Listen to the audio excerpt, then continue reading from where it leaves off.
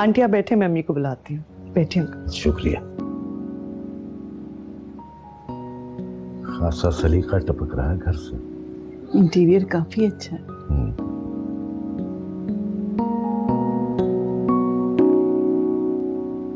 अस्सलाम वालेकुम। अस्सलाम वालेकुम। अस्सलाम वालेकुम जी। अस्सलाम वालेकुम।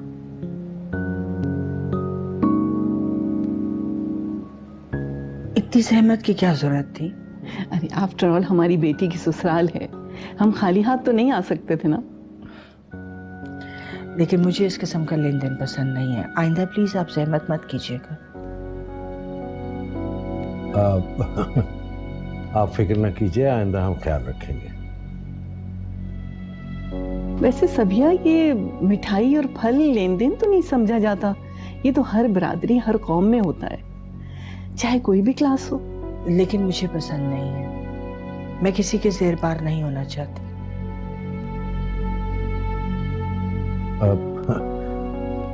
आप ठीक कह रही होंगी। क्या फर्क पड़ता है मिठाई से? इंसान के बोल मीठे होने चाहिए। क्यों बेटा सुबुही? सही कह रहे हैं आप। वैसे आप लोग किसी खास मकसद से आज यहाँ आए हैं या बस यूं ही? नहीं, बस यूं ही हमने सोचा कि आपसे मुलाकात भी हो जाएगी और आइडिया भी ले लेंगे कि आप अम्मार की शादी कब तक करने का इरादा रखती हैं।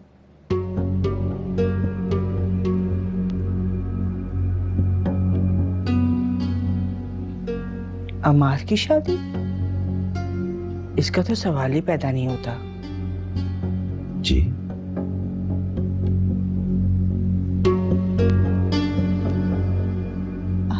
कहना क्या चाह रही हैं, मैं समझी नहीं।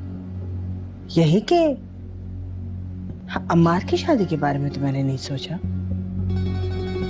हाँ, आप देखिए ना कि इस वक्त घर में दो दो बेटियां कवारी बैठी हैं और तीसरी के बारे में तो आप सब जानते ही हैं। और जिस घर में 3 बेटियां बिन ब्याही बैठी हों, वहां मैं अम्मार की शादी के बारे में कैसे सोच सकती हूँ? ऐसा मैं हरगिज नहीं कर सकती। इसलिए आप फिलहाल अमार की शादी के बारे में ना ही सोचें तो बेहतर है। हम आपकी बात समझ गए। आप ठीक कह रही होंगी, लेकिन आप प्लीज एक बात की वजाहत कर दीजिए कि क्या आप तीनों बेटियों की शादी के बाद अम्मार की शादी करना चाहती हैं? नहीं, मेरा हरगिज ये मतलब नहीं है। मैं बस चाहती हूँ कि ज़ेबा की शादी हो जाए, उसके बाद फिर मैं अमार की शादी के बारे में सोचूंगी। हाँ, हमें इस बात पे तो कोई एतराज नहीं है।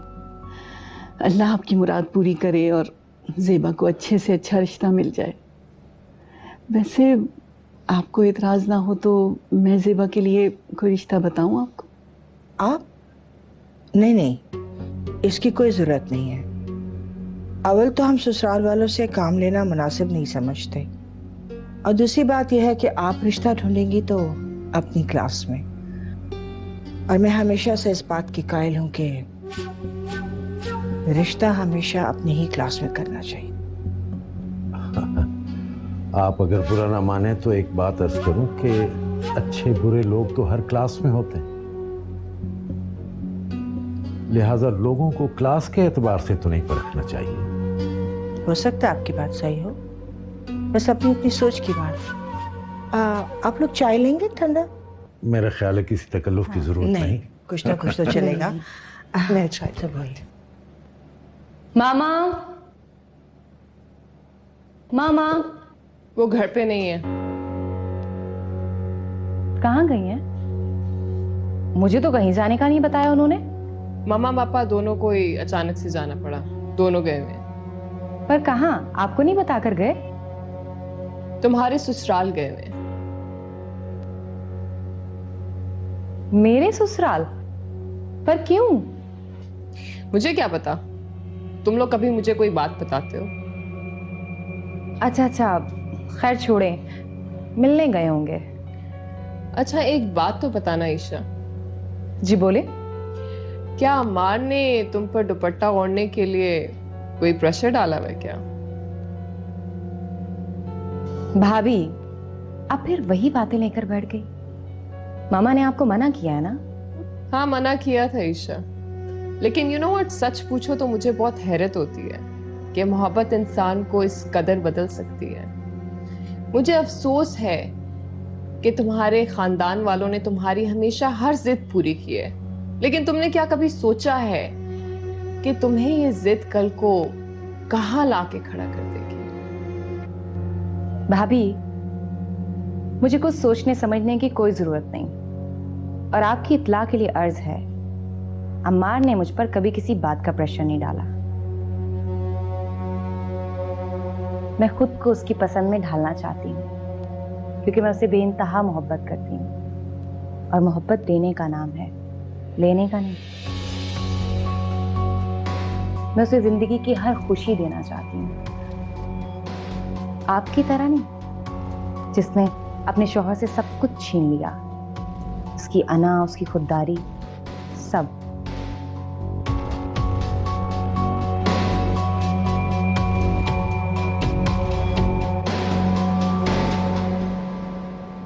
हाँ दी, अम्मी।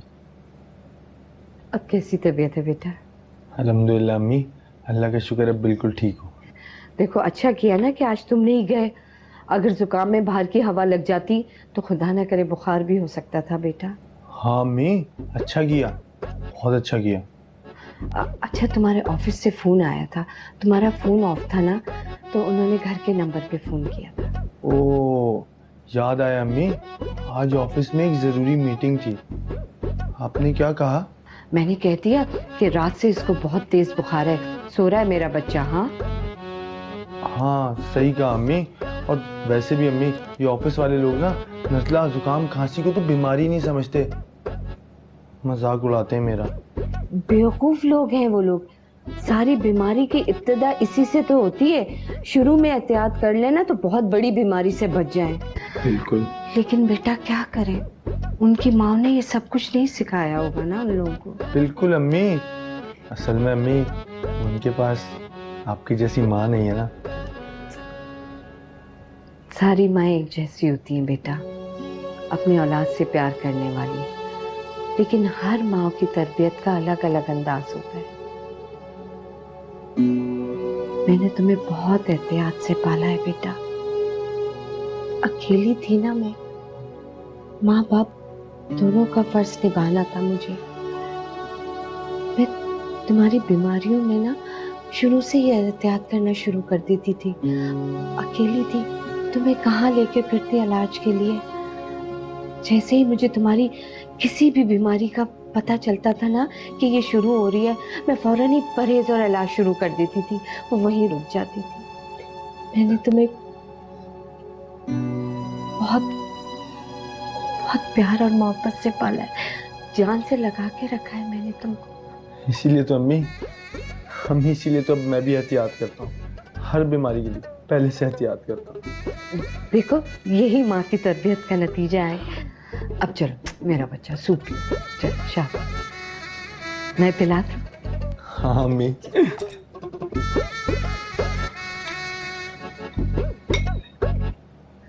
देखना गरम है, मजे का है ना।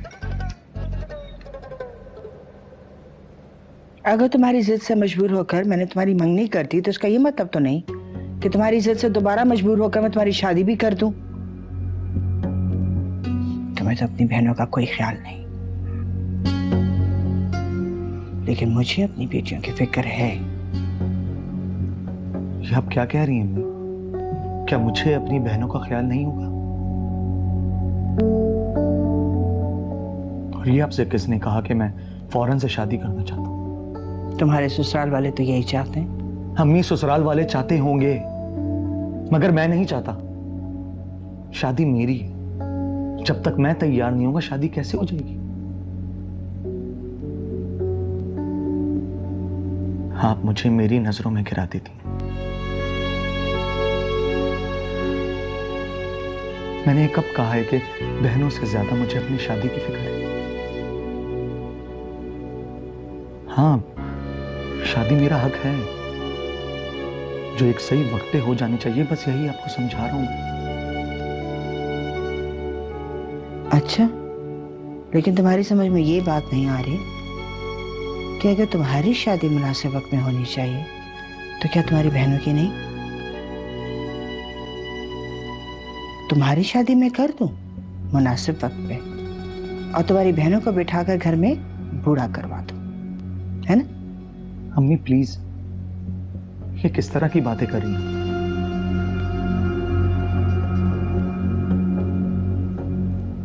क्या इतना बेहिस और खुदगर्ज हूं?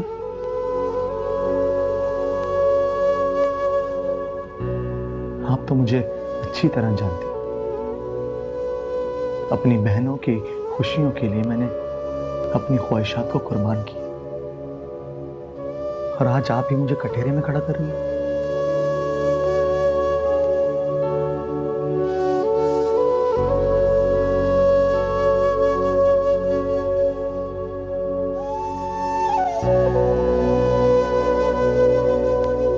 भाई मेरी तो कुछ समझ में नहीं आ रहा।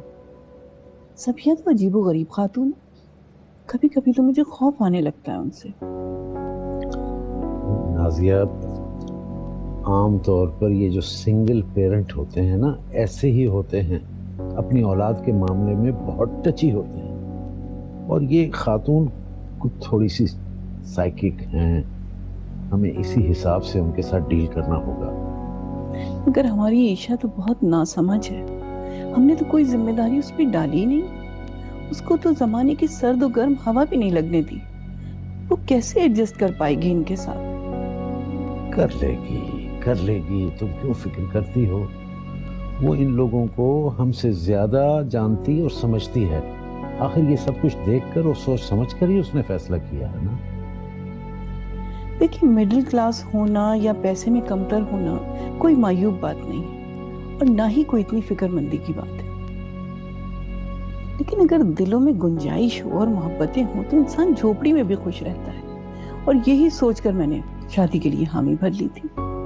मगर अब ये क्या बात हुई भाई? मंगनी हो चुकी है और ये तय है कि शादी भी यही होनी है, तो फिर इस तरह के अंदेशे और वसवसे पालने का फायदा? तुम्हें तो नाजिया दुआ करनी चाहिए कि हमारी ईशा की आने वाली जिंदगी अच्छी और खूबसूरत गुजरे। और तुम अच्छी तरह जानती हो कि वो जो एक दफा तय कर लेती है या ठान लेती है, वो कर गुजरती है। उसका नतीजा चाहे जो भी निकले, उसने कभी शिकायत नहीं की। ऐसा ही है ना? हाँ, है तो ऐसे ही, लेकिन मैं माँ हूँ रिजवान। मैं जानते पूछते उसको ये फैसला कैसे करने दूं? मेरी बेटी की पूरी जिंदगी का सवाल है। नाजिया, हमारी बेटी की जिंदगी इंशाअल्लाह बहुत अच्छी गुजरेगी। अम्मार उसे बहुत चाहता है और बहुत प्यार करता है। तो मम्मी को जानती हो और फिर भी उनकी बातों को सीरियसली ले रही हो। अपिया, मुझे अम्मी की बात का कोई अफसोस नहीं है। मुझे इस बात का अफसोस है कि हम लोग भाई की खुशी में रुकावट बन रहे हैं। और तुम्हें ऐसा क्यों लगता है? अपिया, आपको लगता है कि मेरी शादी एक दिन, एक महीना या एक साल में हो सकती है? जब तुम्हारी किस्मत में होगा ना तो हो जाएगी। तो भाई की क्यों नहीं हो सकती? और आपने मुझे खुद बताया है कि अम्मी ने भाभी की अम्मी को कॉल करके यही बोला है, जब तक उनकी बेटी की शादी नहीं होगी वो अम्मार की शादी नहीं करेंगी। मुझे तो लगा था कि भाई की मंगनी हो गई है और शादी आराम से हो जाएगी, पर अम्मी ने साफ इनकार कर दिया। ये बात तुमसे किसने कही? मैं समझ नहीं आ रहा ये बातें इससे कौन कर रहा है। मैंने खुद सुना है भाई। सीबा, तुमने उनकी बात सुन तो ली मगर समझी नहीं। उन्होंने इनकार नहीं किया, उन्होंने बस ये कहा है कि वो पहले तुम्हारी शादी करवाना चाहती हैं और फिर मेरी। मगर भाई, अगर मगर कुछ नहीं सीबा, तुम इन फजूल बातों को मत सोचा करो। मैं इसको इतनी देर से हमारी यही बात समझा रही हूँ। मैं तुम्हें एक बात बता दूं सीबा, अम्मी ही नहीं बल्कि मैं भी यही चाहता हूं कि इस घर से पहले तुम रुखसत हो और फिर मैं शादी करूं।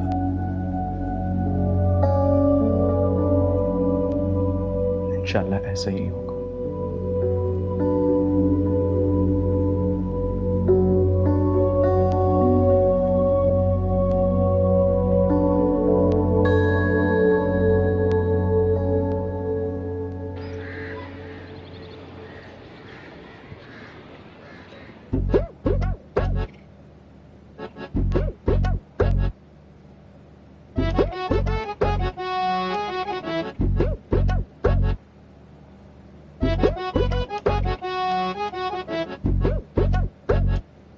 मैं ऑफिस जा रहा हूँ।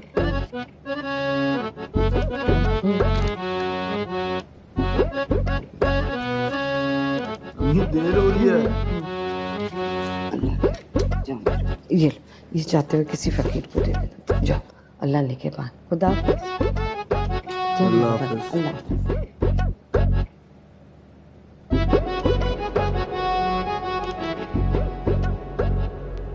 वो तुम्हारी माँ है बेटा, तुमसे प्यार करती है। उसके अंदेशों को झुठलाया नहीं जा सकता। और देखो यहाँ जो सूरत हाल पैदा हो गई है, उसने उसे और ज्यादा खौफजदा कर दिया। मैं मानती हूँ बाबा, अम्मार की अम्मी थोड़ी मुख्तलिफ मिजाज की हैं। वो हर बात की नेगेटिव साइड पहले देखती हैं। वो इस वक्त सब दूर से देख रही हैं, दुनिया की नज़र से देख रही हैं, दुनिया की ज़ुबान से सुन रही हैं। जब मैं उनके पास जाऊंगी तो वो सब समझ जाएंगी। मैं मानती हूँ पापा, ये रास्ता काफ़ी मुश्किल है, लेकिन इसके लिए मैंने खुद को तैयार कर लिया है। बेटा ईशा, मुझे तुम पर पूरा भरोसा है और जो तुम कह रही हो वैसा ही हो। लेकिन जब से वहां से आए हैं, तुम्हारी अम्मी बहुत अपसेट है। पापा वो अपसेट क्यों है? क्या जरूरत थी आप लोगों को वहां जाने की? जरूरत क्या थी? क्या बात कर रही हो तुम? क्या बेटा शादी नहीं कर रही? हाँ, मगर इतनी जल्दी क्या है आप लोगों को शादी की? पापा प्लीज आप मुझसे प्रॉमिस करें, आप आइंदा से अम्मार की अम्मी को कभी भी शादी का नहीं करेंगे। बेटा कैसी बातें कर रही हो तुम? उन्हें अगर अपनी बेटी की शादी की फिक्र है, तो क्या हम अपनी बेटी की फिक्र ना करें? शादी की बात क्यों ना करें हम? वो बात तो ठीक है पापा, अम्मार अपनी बहन के रिश्ते के लिए काफी परेशान है। वो कोशिश कर रहा है। उसे कहो कि अपनी बहन के लिए किसी मैरिज ब्यूरो से राब्ता करे। अरे हाँ पापा, ये ख्याल मुझे क्यों नहीं आया? इसलिए कि तुम्हारे दिमाग में सिवाय अम्मार के कुछ भी नहीं है। ज़ेबा आप ही बहुत बेवकूफ़ है। अगर वो अस्मा को मना नहीं करती ना, तो ये मसला कब का हल हो चुका होता। खैर ये सब किस्मतों की बात है। हो सकता है कि अम्मी तुम दोनों की शादी एक साथ करना चाहती हो। अभिया, क्या हो गया है आपको? मेरी शादी कहाँ से आ गई? मैं अभी पढ़ूंगी भाई। सबा ये बात मुझसे अम्मी ने कही थी कि अगर तुम्हारा कोई अच्छा रिश्ता आ गया तो वो तुम्हें फाइनल ईयर कंप्लीट नहीं करने देंगी। जी नहीं, मैं हरगिज शादी नहीं करूंगी। मुझे अभी एमफिल करना है। मुझे नहीं लगता अम्मी तुम्हें इसकी इजाजत देंगी। तुम्हें याद है ना, तुम्हें मास्टर्स की इजाजत कितनी मुश्किल से मिली थी। तो पता नहीं हमारी अम्मी की सोच क्यों नहीं बदलती। आजकल की लड़कियां तो लड़कों से ज्यादा पढ़ती हैं, और हमारी अम्मी को बस शादी की पड़ जाती है। अच्छा खैर छोड़ो इन बातों को। अभी कौन सा तुम्हारा रिश्ता हो गया? अभी तो ज़ेबा का भी नहीं हुआ। ओ, मुझे याद आया, अम्मी ने मुझे कुछ कपड़े प्रेस करने को कहा था। मैं वो कर दूं वरना मेरी शामत आ जाएगी।